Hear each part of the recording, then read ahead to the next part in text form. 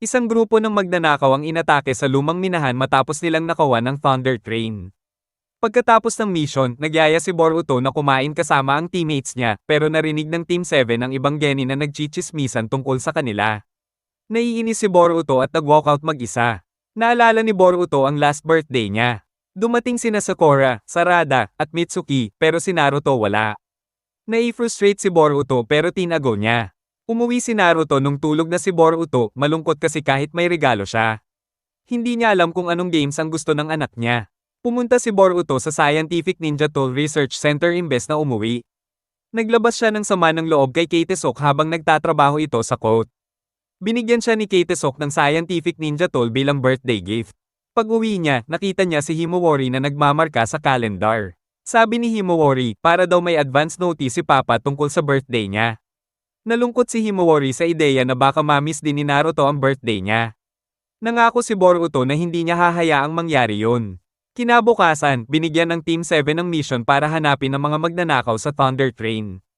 Nag-aalala si Boruto na kung maliit lang ang mission, hindi siya mapapansin ng tao at ikukumpara pa rin siya kay Naruto. Sinabi ni Shikamaru kay Naruto na may nadiskubreng bagong ruin na may kinalaman kay Kaguya at gusto ni Naruto na siya mismo ang tumingin. Nagkasalubong sina Boruto at Naruto bago umalis. Nagsorry si Naruto sa hindi pag-attend ng birthday ni Boruto. Pero dinadma siya ni Boruto at sinabi lang na huwag niyang kalimutan birthday ni Himawari. Dumating ang Team 7 sa bayan malapit sa border ng Land of Fire. Nalaman nila na isa sa mga magnanakaw ay nakalabas sa minahan na traumatized, sinasabing pinatay ng monster ang mga kasamahan niya. Ayon sa kanya, may paparating na puti na nagpa-curious kay Konohamaru. Sa loob ng tunnels, nakita nila ang mga bangkay ng magnanakaw at mga yapak. Sinundan nila ito papasok, nadaanan pa nila ang ukit ng Otsutsuki clan. Umabot sila sa dulo ng yapak at na-realize nilang trap pala ito. Bigla silang inatake ng higanteng multi-faced White Zetsu. Nagulat si Konohamaru nang makita si White Zetsu kasi akala niya lahat ng mga yun naubos na noong huling war. Bigla silang inatake ng Zetsu gamit ang Kidlat Jutsu, Apoy Jutsu, at Hangin Jutsu. Hirap si Konohamaru lumaban at di makatulong ang mga genin.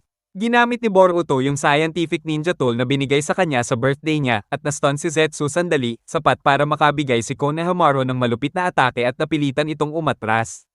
Habang ginagamot ni Mitsuki ang sugat niya, sinabi ni Konohamaru kung ano talaga ang White Zetsu. Nahanap ni Mitsuki ang isang kwarto na may higanteng bulaklak na dati ginagamit para mag-produce ng White Zetsu. Comment ni Konohamaru na yung form na nilabanan nila, first time nilang makita. Sabi naman ni Mitsuki, malamang isa lang yung Zetsu, kasi tuyot na yung bulaklak at wala na itong chakra para makagawa ng bago. Napansin ni Konohamaru na parang marami alam si Mitsuki, at sinabi nito na tinuro lang ng parent niya. Nagsuggest si Boruto na wasakin na lang yung lugar. Pumayag si Konohamaru pero tinanggihan yung isa pang plano na pinilit ni Boruto. Gusto sana ni Konohamaru mag-solo at pinaredy niya yung genin na mag-report sa Konoha kung di siya makabalik. Pero nag-object si Sarada, sabi niya mas lalong delikado kung magkakahiwalay. Kaya pumayag si Konohamaru na sabay-sabay sila at nagbigay ng plano. Nahanap nila ulit si White Zetsu at inatake ito. Pinagamit ni Konohamaru kay Sarada ang Sharingan para malaman kung anong jutsu ang ibabato ng kalaban. Para makapag-counter sila. Nang lumipat na sa physical attack si Zetsu, ginamit ni Boruto ang mga shadow clone para i-distract ito. Akala ni Boruto weak na yung kalaban kaya siya mismo sumugod, pero na-capture siya. Buti na lang na-save siya ni Mitsuki, tapos si Konohamaru naglabas ng Rasengan na nakatapos kay Zetsu. Nagpatuloy sila pababa hanggang sa ugat, nakita nila yung mga decomposed na kako ng Zetsu. Pagdating sa pinakaloob ng ruins, nakita nila yung mga White Zetsu na tinutupok ng Black Flames. Pinaliwanag ni Konohamaru na gawa yun ni Sasuke kasi mission niya ang mag-track ng lahat ng bagay related kay Kaguya. Ang kwento niya tungkol sa lakas ni Sasuke at rivalry nito kay Naruto, nakakuha ng interes kay Boruto. Nagpadala si Naruto ng clone at shinobi ng Konoha papunta roon, at nakipag-usap kay Konohamaru kung sino kaya ang dahilan kung bakit si Kaguya nag-prepare ng sobra para sa laban.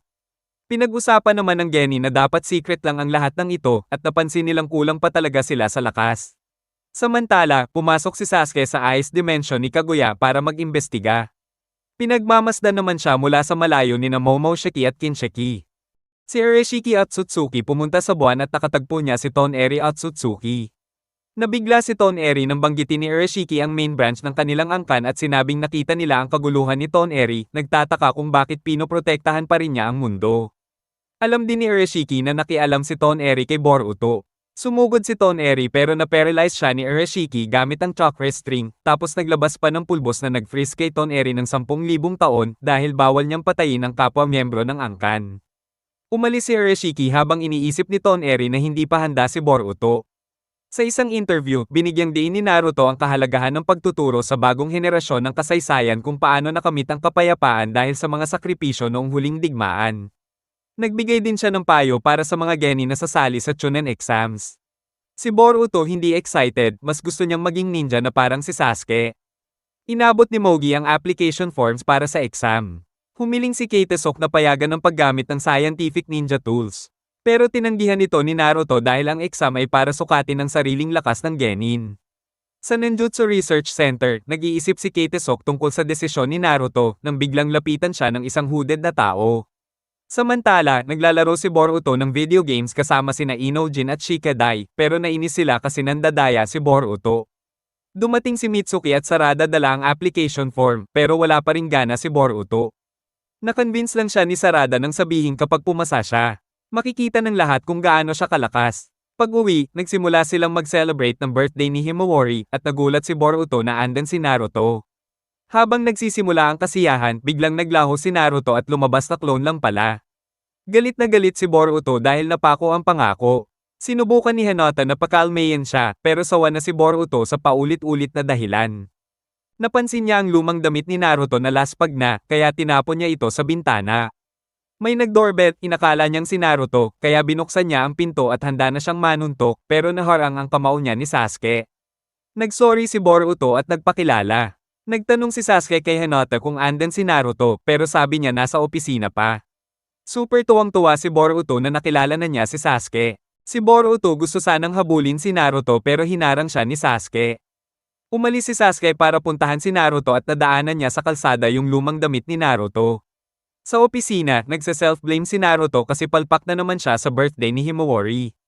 Tinulungan siya ni Shikamaru sa daming papeles. Dumating si Sasuke dala ang scroll galing sa palasyo ni Kaguya. Kinuwento niya na inatake siya ni Kinshaki Otsutsuki at tinanong tungkol kay Kaguya ng isa pang Otsutsuki na napansin ng rinigan niya. Naikinagulat ni Naruto at Shikamaru. Inabot din ni Sasuke yung lumang damit na nakita niya, sabay banggit na nakasalubong niya si Boruto. Napunta ang usapan tungkol kay Boruto at kung ano ang tunay na puso ng shinobi. Paglabas ni Sasuke, nadaanan niya si Boruto. Hinarang niya ito ng sobrang bilis at na-impress si Boruto kaya agad niyang hiningi na maging disciple ni Sasuke. In-explain niya na na-disappoint siya kasi hindi tinupad ni Naruto ang promise para sa birthday ni Himawari. Tinanong siya ni Sasuke kung kaya niya ang Rasengan.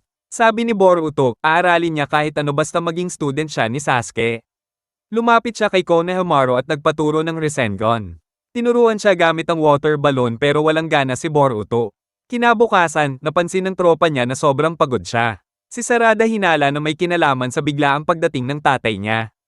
Habang gumagawa ng pancake para kay Himawari, medyo nakuha na ni Boruto yung teknik sa ikot ng chakra. Sunod-sunod pa siyang nag-training gamit rubber ball, na pinagmamasdan ni Sarada mula malayo. Pinakita ni Boruto kay Sasuke ang progress niya pero sabi ni Sasuke, ang liit ng Rasengan. Na-frustrate si Boruto, tinapon ng jutsu at umalis. Akala ni Sarada sobrang strict ni Sasuke, lalo na todo sipag si Boruto. Sabi ni Sasuke, nagmamadali lang sila ng conclusion at handa na siyang tanggapin si Boruto, lalo na't napansin niya yung damage ng Rasengan sa malayong puno. Naglabas ng sama ng loob si Boruto kay Keitesok na nag-offer sa kanya ng scientific ninja tool na kayang mag-imbak ng jutsu. Samantala, kinausap si Mitsuki ni Orochimaru at sinabihang huwag ipakita ang tunay niyang lakas sa exams. Inulit ni Boruto ang Rasengan kay Sasuke, at kahit halata ni Sasuke na gumagamit siya ng scientific tool, tinanggap niya si Boruto bilang student. Si Boruto nagsasanay ng Shuriken Jutsu sa ilalim ni Sasuke. Sinabihan ni Sasuke si Konohamaru na siya ang nag-tech train kay Boruto. Pinaliwanag ni Konohamaru kay Sasuke na magkaiba ang tingin ni Boruto sa kanya at sa tatay niya. Nagpasalamat si Sasuke kay Konohamaru sa pagtuturo kay Sarada. Tinanong ni Boruto si Sasuke kung ano ang kahinaan ni Naruto, pero nainis siya kasi puro past ni Naruto ang kinukwento. Nakita ni Sarada na nag-tech train ang Team 5. Nagplaplano naman ng strats ang Team 15 laban sa possible kalaban sa Chunin exams. Team 10 nakipag-spar kay Temari. Sabi ni Temari, sasali din sa exams ang adopted son ni Gaara. Sinubukan ni Boruto gamitin ang quote para sa Shuriken Jutsu at mind-blown siya. Tuloy-tuloy ang practice niya. Lahat ng genin nag-sign up para sa Chunin exams. Sa Love Dimension ni Kaguya, di makita ni Momoshiki at Kinshiki ang mga scrolls. Nag-report si Urashiki tungkol sa area na hawak ni Kaguya at paano kumalat ang chakra. Si Naruto, Shikamaru, at Kakashi nag-usap tungkol sa bagong galawan ng White Zetsu at encounter ni Sasuke sa mga Otsutsuki. Pinuntiryan ni Momoshiki at Kinshiki si Killer Bee at kinolekta chakra niya. Pinaliwanag ni Urashiki kung paano gumawa si Kaguya ng living weapons laban sa kanila at paano siya nasil ng sarili niyang mga anak. Naramdaman ni Kinshiki ang isa pang malakas na chakra. Si Gaara naman, inihatid sina Konkuro at Team Shinki papuntang exams. Biglang sinabi ni Shukaku kay Gaara na naputol ang koneksyon nito kay Gyuki. Pinabilis ni Sasuke ang Shuriken Jutsu training ni Boruto. Sa bahay, naghahanda na si Boruto ng quote para gamitin sa Chunin exams. Si Hinata at Himawari nag-wish ng good luck kay Boruto sa exams. Dumating si Sarada at Mitsuki para sunduin siya. Nagkita-kita sila ng ibang genin sa gate na sasali rin sa exam. Napansin ng Team Mogi na nag-iba ang vibes ni Boruto tungkol sa exam. Sina Sumire at Denki busy sa pag-check ng info tungkol sa genin mula ibang villages. Si Shikamaru nagsalita sa opening ceremony. Bago magsimula ang first exam, may ilang genin na kumain muna. Sina Yoroi at team niya sinubukan paalisin sina Boruto at Sarada sa pwesto kasi wala pa si Mitsuki. Dumating si Mitsuki pero tense pa rin hanggang sa dumating si Shinki at pinakalma lahat. Sa exam venue, sinalubong ni Chojuro si Boruto, nagpasalamat ulit at nagbigay ng mensahe mula kay Kagura. Nag-uusap sina Koretsuchi, Daro, at Konkuro tungkol sa mga genin. In-announce ni Sai na true or false quiz ang first exam, ikinagulat ng lahat. Ang tanong ibibigay sa ibang lugar at kailangan makarating doon on time habang iiwas sa traps. Habang nagsasalita pa si Sai, napansin ng mga genin na tumatakbo na yung stopwatch niya kaya umalis na sila agad. Si Tenten ang nagbantay sa traps. Smooth lang nakadaan ang Team Konohamaru sa traps. Kaya tinaasan pa ni Tenten ang difficulty at pina-activate ang mga puppet guards. Ang Team Shinki maingat para hindi ma-spoil ang jutsu nila habang nilalabanan ng traps. Si Yoroi chill lang, ginapos gamit bubblegum. Pagdating nila sa venue, binigay na yung true or false question tungkol sa Volume 5 Nanograms Shinobi Handbook. Sabi ni Sai, laglag ang babagsak tapos pinaakyat sila sa platform depende sa sagot nila. Si Sarada medyo pamilyar pero di niya alam na may Volume 5 pa. Parehong groups na laglag sa pit at yung mga hindi natakpan ng tinta lang ang umusad sa next stage. May shinobi ng Konoha na nag-o-observe kay Boruto at nag-report sa isang tao. In-inform ni Shikamaru si Naruto na pasado si Boruto sa susunod na stage at sinabihan si Naruto na kausapin na anak niya. Nag-send si Naruto ng email. Binasa ni Boruto at nangakong mapapahanga niya si Naruto sa next stage. Nahihirapan si Boruto sa training niya sa Shuriken Jutsu at nagrereklamo kay Sasuke na specialty daw yun ni Sarada bilang isang Uchiha. Sagot ni Sasuke, gumawa siya ng madaming shadow clones at sinabing kung ganun ang logic, dapat specialty din niya yun. Si Boruto gumawa ng kaya niyang maximum clones, 4 lang. Nagkita si Gaara, Sasuke, at Chojuro, at ikinwento ni Gaara na inatake siya ni Urashiki habang nasa tren papuntang Konoha. Hinala ni Sasuke na galing yun sa angkan ng Otsutsuki at sinuggest na ipagpaliban muna ang exams. Tumutol sina Chojuro at Gaara dahil baka magdulot yun ng gulo sa politika at mga consequences. Si Tenten naman ang nagbabantay sa second exam, 3 versus 3 battle kung saan kailangang agawin ang flag ng kabilang team. Team Mogi mabilis na tinalo ang mga kalaban nilang taga-Kiri. Team Yoroi nakuha ang flag ng Team 15 sa harap mismo nila. Team Udan naman talo kay Team Shinki. Habang sina Sarada at Mitsuki kinuha ang flag ng magkakapatid na Senka, sabay-sabay nilang inatake si Boruto. Gumamit siya ng clones para dumami. Pero gumamit din ng clones ang magkakapatid kaya natalo siya sa numbers. Bumalik si Mitsuki para tulungan siya. Nang muntik na makuha ng triplets ang flag, ginamit ni Boruto ang quote para bomb-anat ng malalakas na water release at lightning release jutsu. Si Sarada naman tinanggal ang genjutsu sa paligid ng mga flag ng triplets at nakuha ang tunay na flag. Nai-report ni Kosuke kay Kitesok na na-record nila ang paggamit ni Boruto ng quote. Si Shikamaru in-inform si Naruto na parehong nakapasa ang mga anak nila sa next round. Nagtipon-tipon ang lahat ng Konoha genin at binati sina Team Konohamaru at Team Mogi ng good luck. Nag-usap sina Naruto at Sasuke tungkol sa pagdikod ng scroll. Doon, sinabi ni Naruto na nakapasa si Sarada. Hindi na nagulat si Sasuke.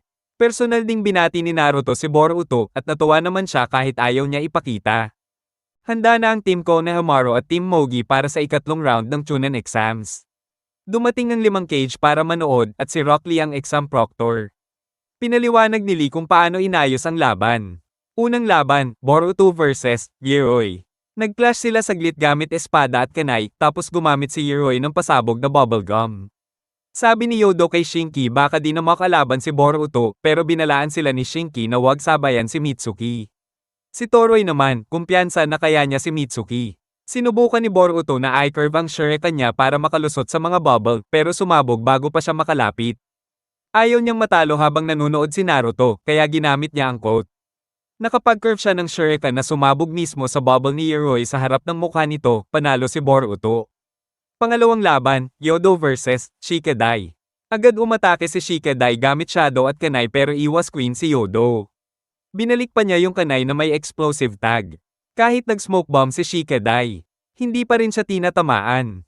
Gumamit si Yodo ng buhok niya para gumawa ng sound waves. Nadulas si Shikadai sa naiwan na bubblegum ni Yoroi at muntik na niyang tamaan si Yodo. Doon niya na-realize na hindi mata ang gamit ni Yodo, nakikinig ito sa galaw ng katawan niya. Gumamit si Shikadai ng explosive tags, pero nataman ulit siya ng attack, kaya sumabog ang tags. Naka-shadow bind siya kay Yodo, at na-realize ni Yodo na sinadya niyang pasabugin yung tags para matabyunan ang tunog ng kilos niya. Wala nang choice, sumuko si Yodo. Pangatlong laban, Sarada vs. Taro. Ginamit ni Sarada ang Sharingan para umiwas sa unang attack at tinapos agad ang laban sa isang malupit na suntok. Pang-apat na laban, Inojin vs. Araya. Gumamit si Inojin ng drawings na may explosive tags pero deadma si Araya at siya pa ang natalo. Pang-5 laban, Toroy vs. Mitsuki. Gumamit si Toroy ng lightning release para bumilis ang reflexes niya. Si Mitsuki halos gumamit ng Sage Mode na parang kilala ni Shinki pero naalala niyang bawal. Kaya nag-summon na lang siya ng mga ahas para atali si Toroy na pilitan itong sumuko. Ang final match ng unang round ay si Chocho vs. Shinki. Nagsimula ang laban nina Chocho at Shinki. Pinagsalitaan ni Shinki si Chocho at sinabing wala siyang potential bilang shinobi. Lumaban si Chocho gamit ang pinalaking kamao pero na-block agad ni Shinki gamit ang Iron Sand. Sinubukan niya lumapit ulit pero hindi gumana kaya umatake siya mula malayo gamit ang debris na tinatapon niya gamit ang pinalaking kamao. Na-impress si Kuretsuchi kay Shinki at tinanong si Gaara kung saan niya nahanap ito. Naalala ni Gaara nung nakita niya si Shinki na parang lost kid. At sinabing tuturuan niya itong gamitin ang kanyang power. Na-block ni Shinki lahat ng atake ni Chocho at binagsak siya sa lupa, sabay sabi na sumuko na lang siya. Tumanggi si Chocho at naghanda pa ng bagong atake. Nakita ni Choji ang hand seal niya at nagulat kasi gagamitin niya yung jutsu na hate niya. Ginamit ni Chocho ang human bullet tank. Naka-pressure siya sandali kay Shinki at napabago ng konti ang aura niya, pero talo pa rin siya. Habang binubuhat palabas ng arena si Chocho, sinabi ni Shinki kay Mitsuki na tatalunin niya ito at patuloy niyang binababa ang mga geni ng Konoha. Sine-check ng parents ni Chocho ang kalagayan niya. Nag-usap sina Shikadai at Boruto bago ang laban nila at kinausap din si Shikadai ng mga magulang niya. Sa laban, sinubukan ni Shikadai ipitin si Boruto gamit ang shadow niya, pero puro dodge si Boruto at yung clones niya. Halos matamaan na ni Boruto si Shikadai nang biglang palawakin ni Shikadai ang shadow niya at nahuli si Boruto at 4 niyang clones. Naalala ni Boruto ang tatay niya, kaya gumamit siya ng quote para gumawa ng isa pang shadow clone. Napadodge si Shikadai at nakalapit ang ibang clones para makuha siya. Nanalo si Boruto sa laban. Binati siya ni Kitesok sa paggamit niya ng quote at binigyan pa ng bagong scroll. Kinausap ng teammate si Shikadai para i-comfort siya. Samantala, kahit panalo, bad trip pa rin si Boruto at hindi siya masaya.